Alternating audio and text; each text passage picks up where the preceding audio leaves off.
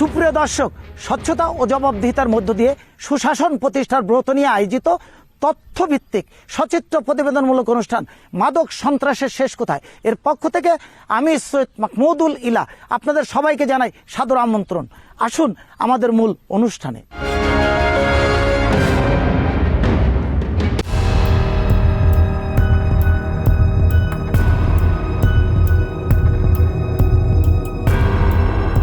কুষ্টিয়ার সীমান্তবর্তী এলাকা যেন মাদকের স্বর্গরাজ্য। হাত বাড়ালে মিলে নানা ধরনের মাদক। ভারত থেকে পাচার হয়ে আসা এ সীমান্ত দিয়ে প্রতিদিন দেশে প্রবেশ করে লক্ষ কোটি টাকার বিভিন্ন প্রকার মাদক, যা হাত বদল হয়ে ছড়িয়ে পড়ে দেশের নানা প্রান্তে।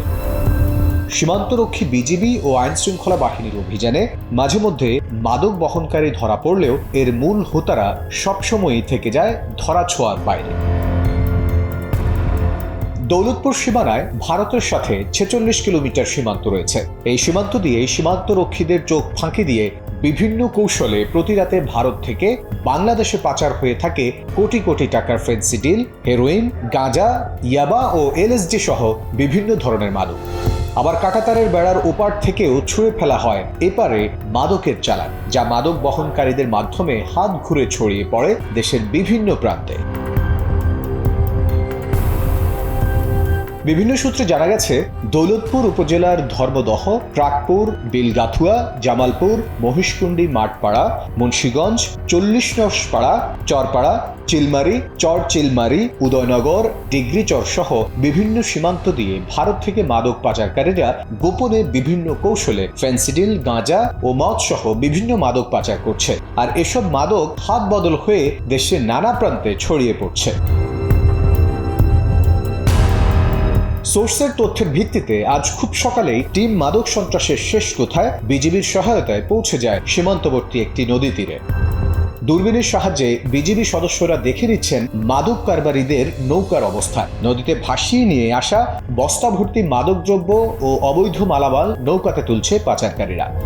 নৌকার অবস্থান নিশ্চিত হবার পর সেটার অবস্থান লক্ষ্য করে বিজিবি স্পিড বোট নিয়ে রওনা হলো। বিজিবির স্পিড বোট দেখে মালামাল ফেলে রেখে চোরা কারবারিরা পালিয়ে গেল। তবু বিজিবির ক্ষিপ্র গতির কাছে হার মানতে হলো চোরা কারবারিদের। বস্তা ভর্তি চোরাই পণ্য সহ একজনকে আটক করলো বিজিবি। প্রিয় দর্শক, আমরা এই মুহূর্তে পদ্মা নদীর পাড়ে অবস্থান করছি। আমরা দেখতে পেলাম যে কিছু যেন একটা ভেসে যাচ্ছিল, আবার কোনো এক লোক বস্তা নিয়ে নদীতে বিজিবির সদস্যদের টের পেয়ে নদীতে ঝাঁপ দিয়ে চলে যাচ্ছিল। আমাদের বিজিবির জওয়ানরা নিজেদের জীবনের উপর বাজি রেখে দুটি স্পিডবোটের মাধ্যমে তাদেরকে সেই নৌকা এবং সেই ব্যক্তিকে আটক করতে সমর্থন হয়। এবং সেই সাথে আমরা দেখতে পাই নদীতে ভাসে যাচ্ছিল দুটি বস্তা, সে দুটি বস্তাও আটক করতে সমর্থ হয়েছে। আমরা এটার দায়িত্বে যিনি ছিলেন, আমরা তার সাথে কথা বলছি। আমরা দেখতে পেলাম আপনারা দুটো স্পিডবোট নিয়ে দৌড়াদৌড়ি পারছেন। কি কারণে দৌড়াদৌড়ি পারছিলেন? প্রথমত দেখতে হবে একটা কলা গাছ ভাসে আছে, তার কাছে যাওয়ার পর কলা গাছটা উঠানোর পর দেখা যায় তার সাথে দুটি বস্তা। এই দুটি বস্তায় এই দুটো বস্তা এগুলো ভিতর কি পেলেন? এই দুটা বস্তার ভিতরে ফেন্সিডিল। এরপরে আবার আমরা দেখলাম যে একটা লোক নৌকার থেকে লাফ দিয়ে পড়ে যাচ্ছে এবং ওই গিয়ে নৌকাটা ভেসে যাচ্ছে, আবার ওই লোকটাও পানিতে সাঁতরাচ্ছে। এখানে আবার গেলেন কি কারণে? ওই লোকটাও মূলত চোরা কারবারি মাদক ব্যবসায়ী। সে আমাদেরকে যাওয়া দেখে নৌকা থেকে লাফ দিয়ে ওই মাদক সহ ভাসে যাচ্ছিল। তখন আমরা স্পিড বোট যোগে তাকে মাদক সহ হাতে নাতে আটক করি। আটক করে দেখতে পাই তার মধ্যে বিভিন্ন ধরনের মদ। প্রিয় দর্শক, এই হচ্ছে আমাদের বিজিবির ভাইদের সফলতা। একে একে একই দিন ঠিক একই সময়ে দুটি অভিযান। একটি অভিযান তাদের নিয়মিত টহলের মাঝে দেখতে পান কলা গাছ ভেসে আসছে। কলা গাছ তুলতে গিয়ে তার সাথে দুটি বস্তা বেঁধে দেওয়া এবং সেই বস্তায় ফেন্সিডিল দেখতে পান। পরবর্তী পর্যায়ে ওনারা যখন সেই নিয়ে ব্যস্ত, ঠিক তখনই তাদের মাঝ থেকে একজনে বলে ওঠেন, একজন লোক নদীতে ঝাঁপ দিয়ে পড়ল। তখন ওনারা সেই ব্যক্তিকে আগে উদ্ধার করলেন, পরবর্তীতে সেই নৌকাটি উদ্ধার করলেন। তাদের কাছে পাওয়া গেল মদ এবং ওই যিনি ঝাঁপ দিয়েছিলেন তিনি মদের বস্তা নিয়ে এই নদীতে ঝাঁপ দিয়েছিলেন। তাদের তো যেন জীবনের মায়া শেষ হয়ে গেছে। তাদেরকে আগে মাদক উদ্ধার করতে হবে, মাদককে রক্ষা করতে হবে।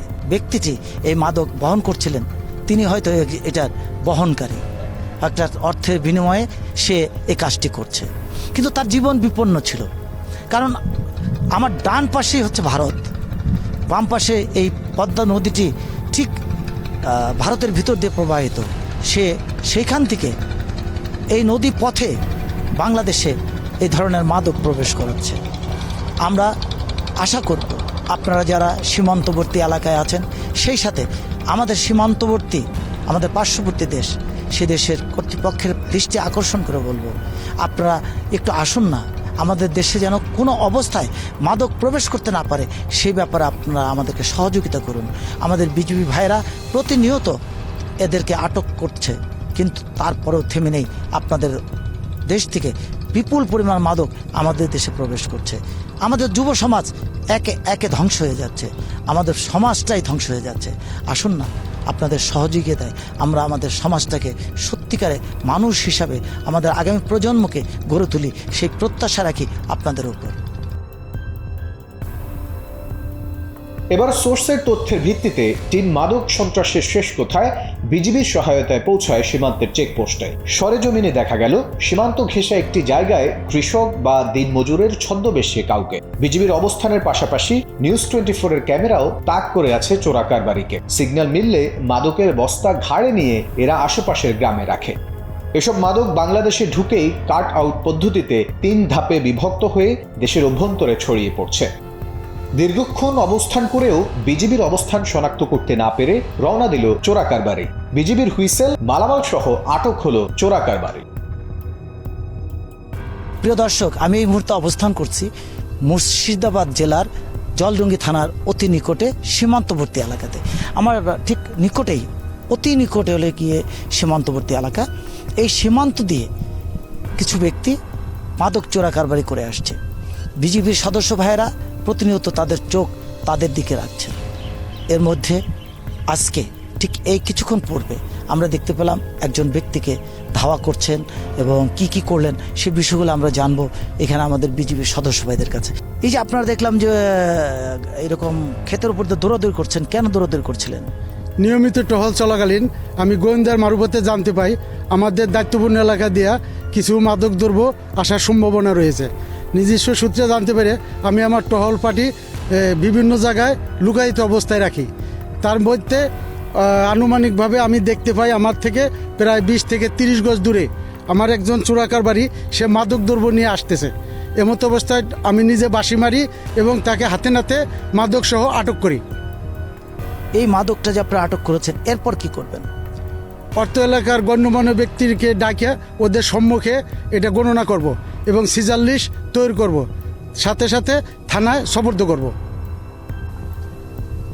প্রিয় দর্শক, বিজেপির সদস্য ভাইয়েরা প্রতিনিয়ত এই রূপেই বা এইভাবেই মাদকদ্রব্য উদ্ধার করে যাচ্ছেন, কিন্তু আমাদের পার্শ্ববর্তী দেশের কাছে আমরা বিনীত অনুরোধ করেও এখন পর্যন্ত তাদেরকে থামাতে পারছি না।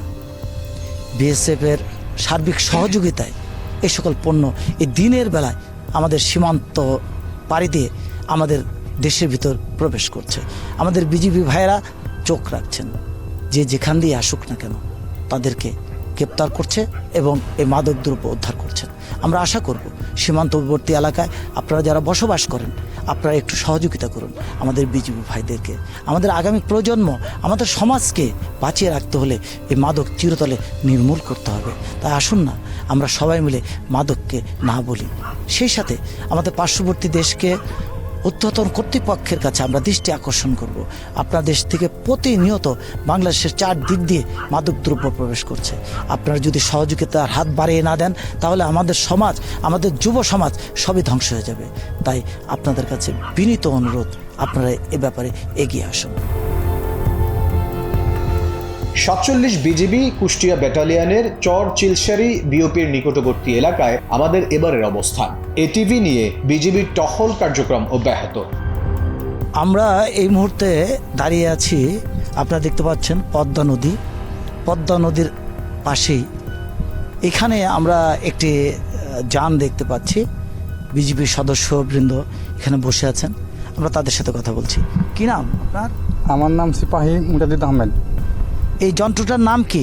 এই যন্ত্রটির নাম হলো এটিপি। এটা দিয়ে কি হয়? এটা দিয়ে আমরা সীমান্তবর্তী এলাকায় দ্রুত গতিতে আমরা টহল পরিচালনা করতে পারি। এটা কি কোন কোন জায়গাতে যেতে পারে এটা? এটা আপনার জল, স্থল এবং কাদা সব জায়গাতে আপনার এটার ব্যবহার করা যায়। কখনো আপনারা এরকম গিয়েছেন? হ্যাঁ, আমরা প্রতিনিয়ত আমরা এটা দিয়ে টহল করি। আমরা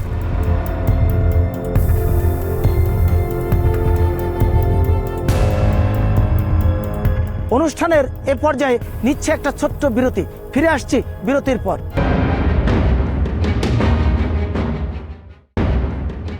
বিরতির পর আবার স্বাগত। আপনারা দেখছেন মাদক সন্ত্রাসের শেষ কোথায়।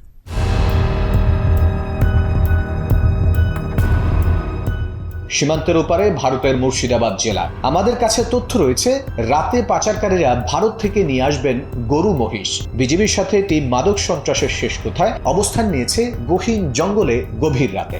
পাচারকারীরা গরু মহিষ নিয়ে কাছে আসতেই বিজিবির হুইসেল। এবার গরু মহিষ রেখে পালিয়ে গেল পাচারকারীরা। প্রিয় দর্শক, আমরা যখন মাদক সংক্রান্ত ব্যাপারে প্রতিবেদন সংগ্রহ করতে মুর্শিদাবাদ জেলার অতি নিকটে বাংলাদেশ কুষ্টিয়া সীমানার শেষ প্রান্তে আসি, ঠিক সেই মুহূর্তে আমরা দেখতে পাই কিছু লোক এই রাতে গরু নিয়ে, মহিষ নিয়ে বাংলাদেশে প্রবেশ করছিলেন। যখনই হলে গিয়ে তারা এগুলো নিয়ে প্রবেশ করছিলেন, ঠিক সেই মুহূর্তে আমাদের বিজিবির সদস্যরা সকলে একবারে তাদের উপর হামলা চালায়।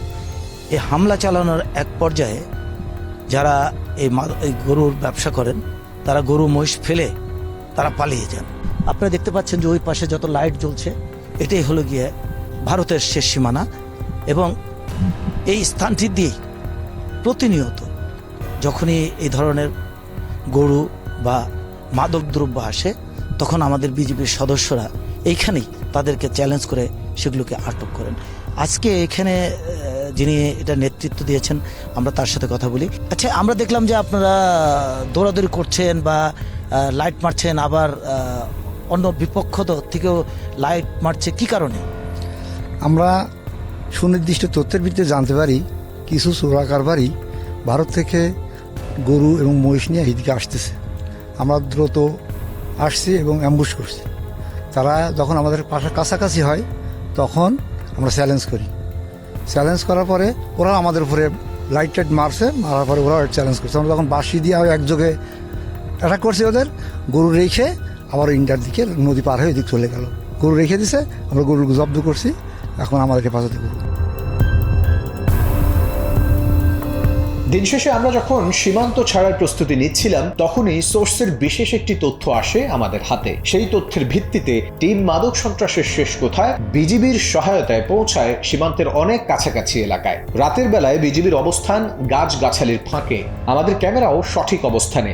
দীর্ঘক্ষণ অপেক্ষার পর আমাদের ক্যামেরার চোখে পড়ল সাদা বস্তা ভর্তি চোরাই পণ্য নিয়ে সীমান্ত অতিক্রম করে ভারত থেকে আসছে রাখাল বেশে 6 জন। বিজিবি সদস্যরা বারবার অবস্থান পরিবর্তন করে কখনো কাশবনে, কখনো কলা বাগানে, আবার কখনো মাটিতে হামাগুড়ি দিয়ে নাইট ভিশন দিয়ে পাচারকারীদের অবস্থান নিশ্চিত করার চেষ্টা করছে। চোরাকারবারীরা কাছে আসা মাত্রই বিজিবির হুইসেল। চতুর্দিক থেকে ঝাঁপিয়ে পড়ল বিজিবি। আটক হলো 2 জন, উদ্ধার হলো মাদক দ্রব্য। প্রিয় দর্শক, এই গভীর রাতে বিজিবির সদস্য ভাইদের আমরা দেখেছি। এখানে নেতৃত্বে বিজেপির ঊর্ধ্বতন কর্মকর্তা উপস্থিত, এবং তিনি বাইনোকুলার দিয়ে কিছুক্ষণ পরপরই লক্ষ্য করছিলেন যে এই মাদক কারবারি বা মাদক ক্যারি করে বা মাদক ব্যবসায়ীদের গতিবিধি।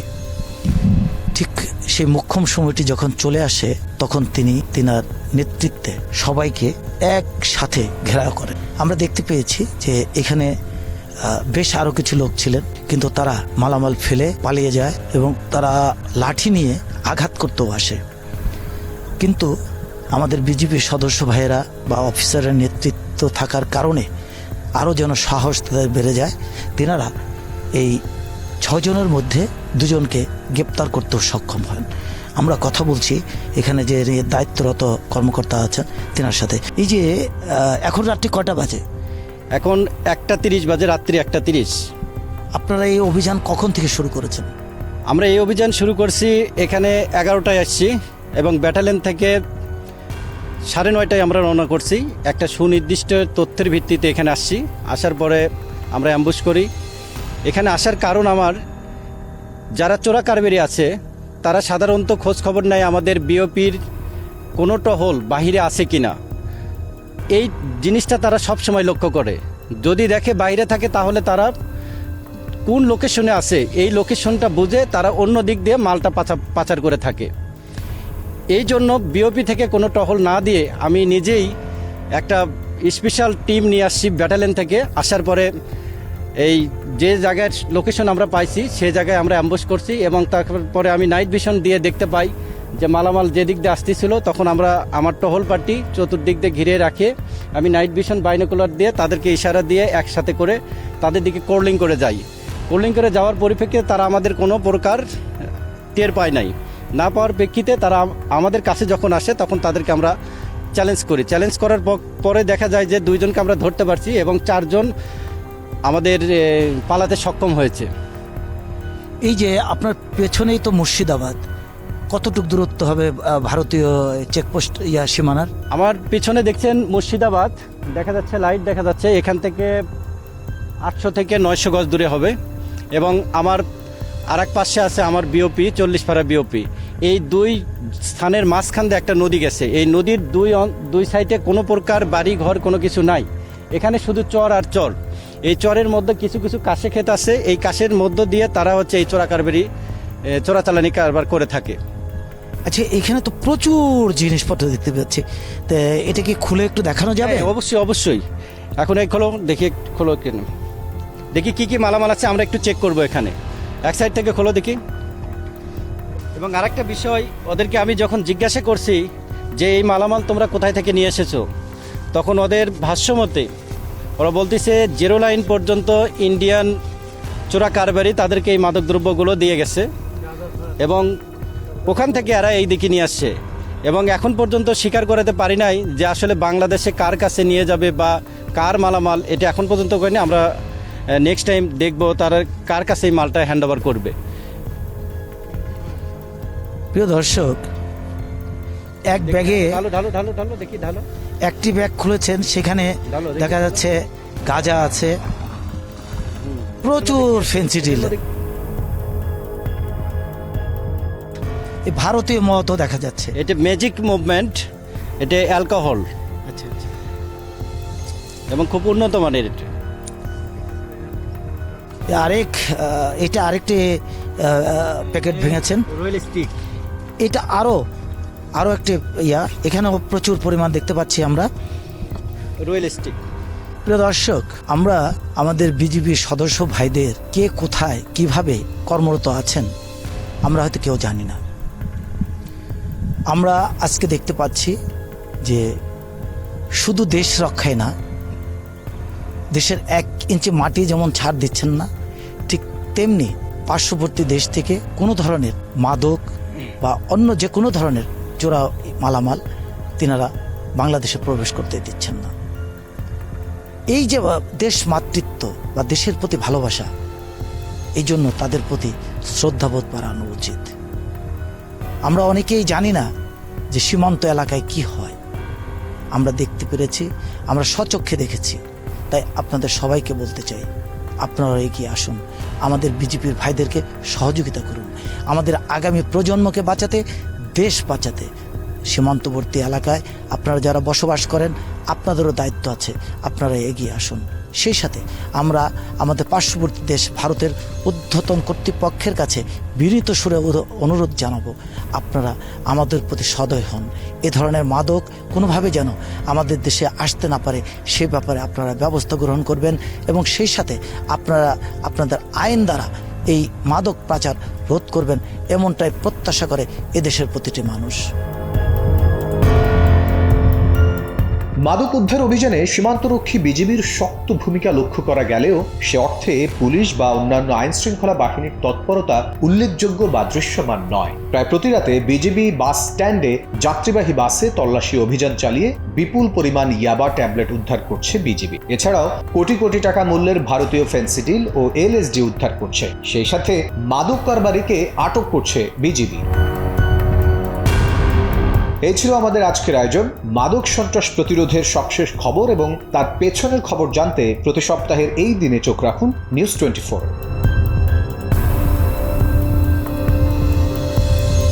আপনার কাছে মাদক সংশ্লিষ্ট যে কোনো তথ্য থাকলে আমাদের ইমেইল করুন। আপনার পরিচয় গোপন রাখা হবে।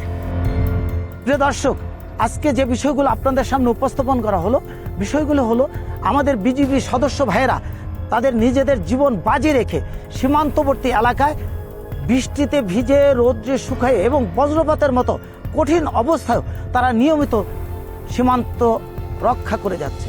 সেই সাথে অতিরিক্ত দায়িত্ব হিসাবে আমাদের মাদক সন্ত্রাস নির্মূল করছে।